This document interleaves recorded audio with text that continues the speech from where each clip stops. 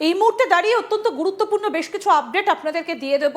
সেটা হচ্ছে তৃতীয় দিনে পৌঁছে কিন্তু ইরান নতুন করে আক্রমণের ঝাঁজ বাড়িয়েছে। তবে আরও একটা গুরুত্বপূর্ণ বিষয় যে ইরান ইউএসের এই যুদ্ধে কোথাও গিয়ে আসল খেলা কি নিঃশব্দে খেলে চলেছেন আমাদের প্রধানমন্ত্রী নরেন্দ্র মোদী।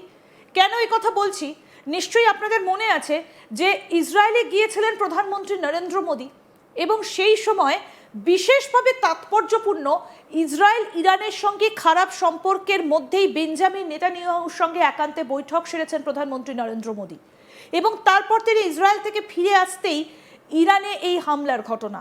তাহলে কোথাও গিয়ে আসল যুদ্ধের কন্ট্রোলটা কি ভারতের হাতে? এবং আরও একটা গুরুত্বপূর্ণ বিষয় যে ইতিমধ্যেই ভারতের প্রধানমন্ত্রী নরেন্দ্র মোদী তিনিও কিন্তু সৌদি আরবে ইরান যে হামলা চালিয়েছে তার একটা নিন্দা করা হয়েছে ভারতের তরফ থেকে এবং সোশ্যাল মিডিয়াতে এই বিষয়ে পোস্টও করেছেন ভারতের প্রধানমন্ত্রী নরেন্দ্র মোদী। আমরা এই পুরো বিষয়টা নিয়ে আলোচনা করব। আমাদের সঙ্গে রয়েছেন আন্তর্জাতিক সম্পর্ক বিশেষজ্ঞ শুভাশিস ব্যানার্জি। আপনাকে স্বাগত জানাই আজ তাক বাংলায়। একটা কথা ভীষণভাবে প্রচলিত যে ভারত বন্ধু ইসরায়েল তিনি ফিরেছেন, তারপরে যুদ্ধটা শুরু হয়ে গেল ইউএসএ এবং ইরানের। তার মধ্যে আমরা দেখলাম যে ইসরায়েলও কিন্তু ইরানকে তাক করে বেশ কিছু মিসাইল তেহরানের দিকে ধেয়ে গেল ইসরায়েল থেকে। একটা কথা ভীষণভাবে উঠছিল যে মোদি কি ইসরায়েল থেকে ফিরে আসলেই যুদ্ধটা শুরু হবে। কাকতালীয় হলেও ঘটনাটা কিন্তু তাই ঘটলো। তাহলে কি আসল কন্ট্রোলটা মোদির হাতে? ওটা সেরকম না, ব্যাপারটা বলতে পারেন কাইন্ড অফ রেসপেক্ট। সেটা হলো একটা প্রাইম মিনিস্টার যখন এক জায়গায় থাকে, একটা অন্য দেশের প্রাইম মিনিস্টার যখন অন্য জায়গায় থাকে, সেখানে যদি সেই দেশটা সাডেনলি কোনো রকম আর্মড কনফ্লিক্টে জড়িয়ে যায়, সেটা কোনোদিনই সেই দেশের প্রতিচ্ছবির জন্য ভালো না, সিকিউরিটির জন্য ভালো না। এবং এমন কোনো যদি অপ্রীতিকর ঘটনা ঘটে যায় সেটা সেই দেশের আগামী দিনের যে সম্পর্ক বা সেই দেশের যে ডিপ্লোম্যাটিক স্টেবিলিটি, সেটা ভীষণভাবে প্রশ্নবোধক চিহ্ন পড়ে চলে যায়। তার জন্য সবসময় এটা অপেক্ষা করে যদি কোনো স্ট্র্যাটেজিক মুভ করতেও হয়, সেই স্ট্র্যাটেজিক মুভ যেন সে তার থাকাকালীন না করে সে চলে যাওয়ার পরে করাটাই বেটার। একদম। আমি এক্ষেত্রে আরেকটা জিনিস আপনার কাছে জানতে চাইবো, এই বিস্তারিত আলোচনায় আসার আগে এই যে আমরা ব্রিক্স নিয়ে কথা বলছিলাম না, বিভিন্ন আলোচনা করেছি, এই ব্রিক্সের ভেতরে যেমন ইন্ডিয়া, রাশিয়া, চায়না রয়েছে তেমনি কিন্তু ইরানও রয়েছে। তাহলে এক্ষেত্রে মোদির স্ট্যান্ড কি? কারণ একটা পোস্ট একটু আপনাকে দেখাই এবং দর্শকদেরও দেখাবো। প্রধানমন্ত্রী নরেন্দ্র মোদী তিনি কিন্তু ইরানের এই যে সৌদি আরবে যে হামলা চালিয়েছে ইরান, তার কিন্তু নিন্দা প্রকাশ করেছে। আমি পোস্টটা একটু দেখাতে বলি। প্রধানমন্ত্রী নরেন্দ্র মোদী তিনি কি পোস্ট করেছেন দেখুন। সংযুক্ত আরব আমিরাতের রাষ্ট্রপতি আমার ভাই শেখ মোহাম্মদ বিন জায়েদ আল নাহিয়ানের সঙ্গে কথা বলেছি।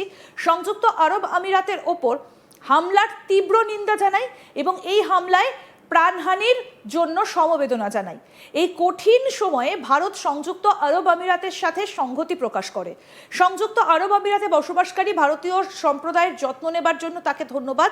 আমরা উত্তেজনা হ্রাস, আঞ্চলিক শান্তি, নিরাপত্তা এবং স্থিতিশীলতাকে সমর্থন করি। আমি একটু এই দুটো একসঙ্গে জানতে চাইবো, একদিকে ব্রিক্সে ইরানের থাকা এবং অন্যদিকে ইরানের এই হামলার সমালোচনা করা। কিভাবে দেখছেন আপনি?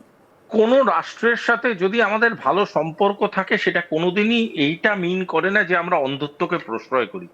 যদি কেউ কোনো অন্ধত্বপূর্ণ কাজ করে, মানে যদি কেউ অন্ধের মতো একটা দেশ আরেকটা দেশকে আক্রমণ করে বা ক্ষয়ক্ষতি করে, সাধারণ মানুষের প্রাণহানি ঘটায়, সেটাকে কোনোদিন ভারতবর্ষ সমর্থন করবে এটা কল্পনাতেও ভাবা যায় না। হতে পারে ইরান আমাদের সাথে ভালো সম্পর্ক, হতে পারে সৌদি আরবিয়া আমাদের সাথে ভালো সম্পর্ক, কিন্তু সেটা কোনোদিনই ভারতকে এই জায়গায় নিয়ে যায় না যে ভারত সমর্থন করবে যে হ্যাঁ ওখানে নিরীহ মানুষ যারা মারা গেছে বেশ করেছেন, মেরেছেন। ভারতবর্ষ এই এই এই নীতি পালন করে না। সেটা সেটা ইরানও জানে এবং ইরানও বোঝে যে এই ধরনের ঘটনাগুলো কোনোদিনই কোনো রকম ভাবেই মেনে নেওয়া যাবে না এবং মেনে নেবেও না ভারতবর্ষ।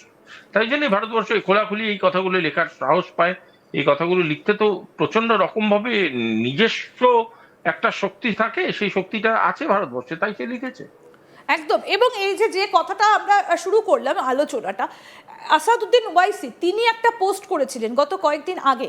আমি এবার সেই পোস্টটা আপনাকে দেখাই যে কেন আমরা এই কথাটা বলছিলাম যে মোদি ফিরে আসলেই ইসরায়েল ইরানকে অ্যাটাক করবে না। তো এই যে আসাদুদ্দিন ওয়াইসি তিনি লিখেছেন, গাজার গণহত্যা চিরকাল স্মরণীয় হয়ে থাকবে। ভারতের প্রধানমন্ত্রী এই সময় ইসরায়েল সফর করে একজন যুদ্ধাপরাধীকে আলিঙ্গন করছেন যার বিরুদ্ধে পরোয়ানা জারি রয়েছে। এই ঘটনা ফিলিস্তিনি জনগণের প্রতি ভারতের দীর্ঘদিনের সমর্থনকেই প্রমাণ করে। প্রধান প্রধানমন্ত্রীর সফর শেষ হবার পর হয়তো আমেরিকা ইরানে আক্রমণ করবে, ইহুদিবাদ মুর্দাবাদ, কিন্তু ঘটনাটা আসলে তাই ঘটলো। মানে আসাদুদ্দিন খোয়াসি একটা পলিটিক্যাল লিডার, একটা পলিটিক্যাল লিডার পুরো জিনিসটাকে পলিটিক্যাল আঙিনায়, পলিটিক্যাল স্পেকটাকেলে দেখবে, এটাই স্বাভাবিক। কিন্তু তার মানে এই নয় যে ভারতের বিদেশ নীতিটা আসাদুদ্দিন খোয়াসি যেরকম চাইছে ঠিক সেইভাবেই পালিত হবে। পয়েন্টটা হচ্ছে, প্যালেস্টাইনের তরফ থেকে কি কোনো নিন্দনীয় বিবৃতি এসছে ভারতের ব্যাপারে? আসেনি তো। আহ, আহ, ইরানের থেকে কোনো নিন্দা এসছে ভারতের দিকে? আসেনি তো। যদি সেটা না এসে থাকে তাহলে এটা ভাবার কোনো কারণ নেই যে ভারত যেটা করছে এটা খুব বিদেশ নীতি বহির্ভূত কাজকর্ম। এবং দেখুন, একটা কথা খুব সহজ সরল কথা, যেটা বোঝাটা খুব প্রয়োজনীয়। রাজনীতি কূটনীতি দুটোর পিছনে নীতি থাকলেও একটার সামনে রাজ আছে, আরেকটার সামনে কূট আছে। সুতরাং কূটনৈতিক যে মানসিকতাটা, সেটা কিন্তু রাজনৈতিক মানসিকতার সাথে এক নয়। রাজনৈতিক মানসিকতাটা ইমিডিয়েট অ্যাকশনের কথা বলে, কূটনৈতিক মানসিকতাটা ওয়েট অ্যান্ড ওয়াচ থিওরিতে খুব বিশ্বাস করে। সুতরাং এটা অনেক লং টার্ম কার্ড। এটা ওরম ঝাঁটাঝাট ভেবে এই করে দিলাম, এই সেই করে দিলাম, আমার বন্ধুর গায়ে হাত তুললাম, আমি এখনই গিয়ে পিটিয়ে দিলাম, এই করলাম, এইগুলো রাজনীতিতে হয়, গুন্ডাগার্দিতে হয়, কূটনীতিতে হয় না। কূটনীতি অনেক বুঝে শুনে স্টেবল ভাবে কথা বলে যেভাবে চলে, সেটাই হচ্ছে কূটনীতি। একদম। এবার যদি আমরা যুদ্ধের বিষয়টাতে আসি, যে আমরা আজকে দেখতে পেলাম কুয়েতে একটা আমেরিকার যুদ্ধ বিমান, সেটা রীতিমতো যেভাবে ঘুড়িতে কাটা খেলে ঘুড়ি ওপর থেকে নিচে পড়ে, সেই রকম ভাবে একটা বিমান পড়লো এবং দুজন পাইলট, ওই যুদ্ধ বিমানটায় যে দুজন ছিলেন, আমি ছবিটাও দেখাবো, তারা আস্তে আস্তে প্যারাসুট ধরে নিচে নেমে আসলেন। কোথাও গিয়ে কি মনে হচ্ছে যুদ্ধটা আর মিডল ইস্টে সীমাবদ্ধ থাকছে না, যুদ্ধটা আস্তে আস্তে আরো বেশি ছড়িয়ে পড়ছে? দেখুন, আমার ব্যক্তিগত মতামত আমি আপনাকে দিচ্ছি। আমার কোথাও গিয়ে মনে হচ্ছে ইরানকে যত ইজি টার্গেট হিসেবে আমেরিকা দেখেছিল, ইরান ততটা ইজি টার্গেট নয়। ইরান যেভাবে নিজেদের স্টেবিলিটিটাকে ডিসক্লোজ করছে আস্তে আস্তে, সেটা প্রমাণ করে দিচ্ছে যে ইরান কিন্তু was well prepared two retaliate. এবং ইরান যে রিটালিয়েশনটা করছে, এই রিটালিয়েশনটা কিন্তু ইরান যথেষ্ট ভেবে চিন্তে করছে। আমি আমি বারংবার বলছি, ধরুন তর্কের খাতিরে আমি ধরে নিচ্ছি খামেনেই মারা গিয়েছে, তাহলে ইমিডিয়েটলি ইরানের এখন যারা তত্ত্বাবধান সামলাচ্ছে তারা কি এতটাই ডিটেলড ইকুইপড যে তারা এত প্রিসাইজ অ্যাটাকগুলো করছে? অ্যাটাকগুলোর মোস্টলি যদি আপনি বিবেচনা করেন তাহলে দেখবেন তিনটে ভাগে বিভক্ত। একটা হচ্ছে এনার্জি, একটা হচ্ছে এস্টাবলিশমেন্ট, একটা হচ্ছে ইনফ্রাস্ট্রাকচার। মানে যেখানে একটা রাষ্ট্রের ইনভেস্টমেন্টের মূল সিংহভাগটা থাকে, সেই জায়গাগুলো হিট করা, অর্থাৎ অর্থনৈতিক আঘাত আনা আমেরিকার উপরে। এই যে হিটগুলো করছে, এত প্রিসাইজ লোকেশনে হিট হচ্ছে যে ভাবা যায় না। যেখানে হিট করতে চাইছে ঠিক সেখানেই হিটটা করছে এর আগে। এবং এখন অব্দি একটা কথাও আপনি বলতে পারবেন না যে যে হিটগুলো হয়েছে মিনিংলেস হিট হয়েছে। প্রতিটা হিট কিন্তু কোনো না কোনোভাবে ইরানের তরফ থেকে জাস্টিফাই করা হয়েছে। সুতরাং যত হিট হচ্ছে এত প্রিসাইজ